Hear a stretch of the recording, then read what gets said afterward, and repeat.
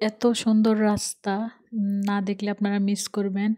ভিডিওটা আমি লাস্টে দিতাম কিন্তু সবাই তো লাস্ট পর্যন্ত থাকে না, সেজন্য আর কি শুরুতেই দিয়ে দিলাম। এটা হচ্ছে আমাদের বাড়ির রাস্তা। আমি বিকেলবেলা একটু বের হয়েছিলাম একটু দরকারে। তো যেহেতু বৃষ্টি হয়েছিল রাস্তাটা এত সুন্দর লাগছিল, আর যেহেতু আমি রিক্সার মধ্যে ছিলাম সেজন্য দেখে আসলে মনটা একেবারে ভালো হয়ে গেল। এমন রাস্তা দেখতে কার না ভালো লাগে বলেন? আমার মনে হয় সবার কাছেই ভালো লাগবে। আর আমার সাথে কিন্তু আমার আব্বাও আছে। তো সেজন্যই এই ফার্স্ট কিন্তু আমার আব্বার সাথে আমি রিক্সায় উঠেছি। ছোটবেলা থেকে আসলে যেহেতু আব্বাকে বেশি একটা কাছে পাই নাই, বাহিরে ছিল।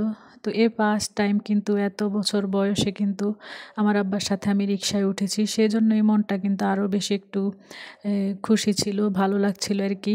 আর এদিক দিয়ে কিন্তু জামা কাপড়গুলো আমি কিন্তু গতকালকে ওয়াশিং মেশিনে গতকালকে রাতে কিন্তু ধুয়ে রেখেছি। আর ওয়াশিং মেশিনের ঢাকনাটা আর কি খুলে রেখেছি। এখন থেকে কিন্তু প্রতিদিনই কিন্তু দেখা গেছে যে ২ বার করে কিন্তু ওয়াশিং মেশিনটা চালু করতে হবে যদি আর কি রোদ থাকে। কারণ অনেক জামাকাপড় জমে আছে। আর ওয়াশিং মেশিনটা এতদিন বারান্দায় ছিল আর কি। তো গতকালকে কিন্তু রুমে নিয়ে আসছি। তারপর ওয়াশিং মেশিনটাও কিন্তু আমার পরিষ্কার করতে হবে। আর আমার আবার যেহেতু ডায়াবেটিস আছে আর আমার শাশুড়িরও ডায়াবেটিস আছে। তো এই কয়েকদিন কিন্তু সকাল বিকাল কিন্তু রুটি বানাচ্ছি। ভাবতেছি আরকি বেশি করে কয়েকটা রুটি বানিয়ে আরকি ফ্রিজে রেখে দিব। কারণ খুবই কষ্ট হয়ে যাচ্ছে যে এত কাজের মধ্যে ২ বেলা আরকি রুটি বানাতে। তো এদিক দিয়ে কিন্তু এখানে যেহেতু আমরা প্রায় ৮ জন মানুষ, ৮ জন মানুষের ৩ টা করে বানালেও কিন্তু ২৪ টা রুটি লাগে আরকি। আর সাথে আরকি আলু ভাজি করেছি আর লাল চা বানিয়েছি। আর এদিক দিয়ে গতকালকে কিন্তু অনেকগুলা ভাত আরকি রয়ে গেছে, পান্তা ভাত।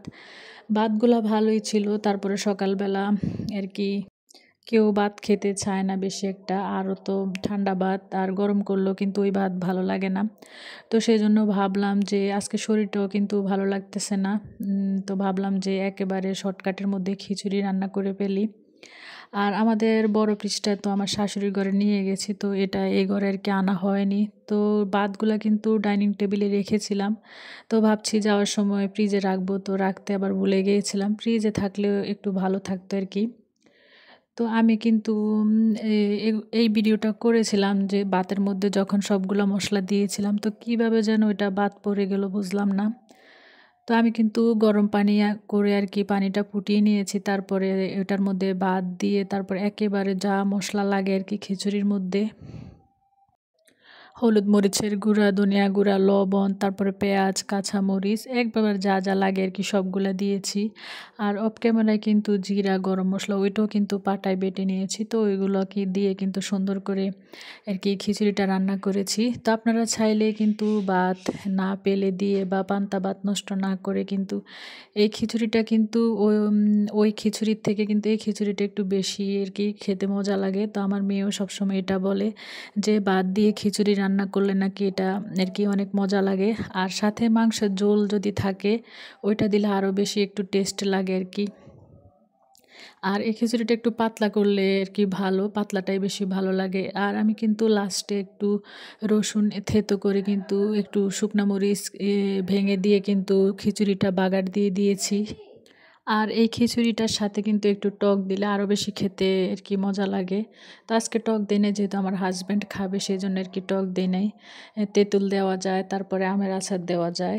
ওইটা খেতে অনেক মজা লাগে। আমার গতকালকের মাংসের তরকারি ছিল সেজন্য আরকি এভাবেই রান্না করেছি। আর আপনারা চাইলে এভাবে ভাত দিয়ে খিচুড়ি রান্না করতে পারেন পান্তা ভাত দিয়ে। আর এদিক দিয়ে একটা কথা তো বলতে ভুলেই গেছি। সবাই প্লিজ আমার ভিডিওতে একটা লাইক দিবেন। ইদানিং আমার ভিডিওতে লাইকের পরিমাণ একেবারেই কম। আগে কিন্তু মোটামুটি ভালোই লাইক আসছে, এখন একেবারেই কম। তাই সবাইকে অনুরোধ করছি প্লিজ একটা লাইক দিয়ে দিবেন। আর যদি আমার চ্যানেলে কেউ নতুন হয়ে থাকেন প্লিজ সাবস্ক্রাইব করে আমার পাশে থাকবেন। আর এদিক দিয়ে খিচুড়ির সাথে খাওয়ার জন্য আমি এক চাপা শুটকির ভর্তা বানিয়েছি। তো আজকে এই পর্যন্তই। সবাই ভালো থাকবেন, সুস্থ থাকবেন। আল্লাহ হাফেজ।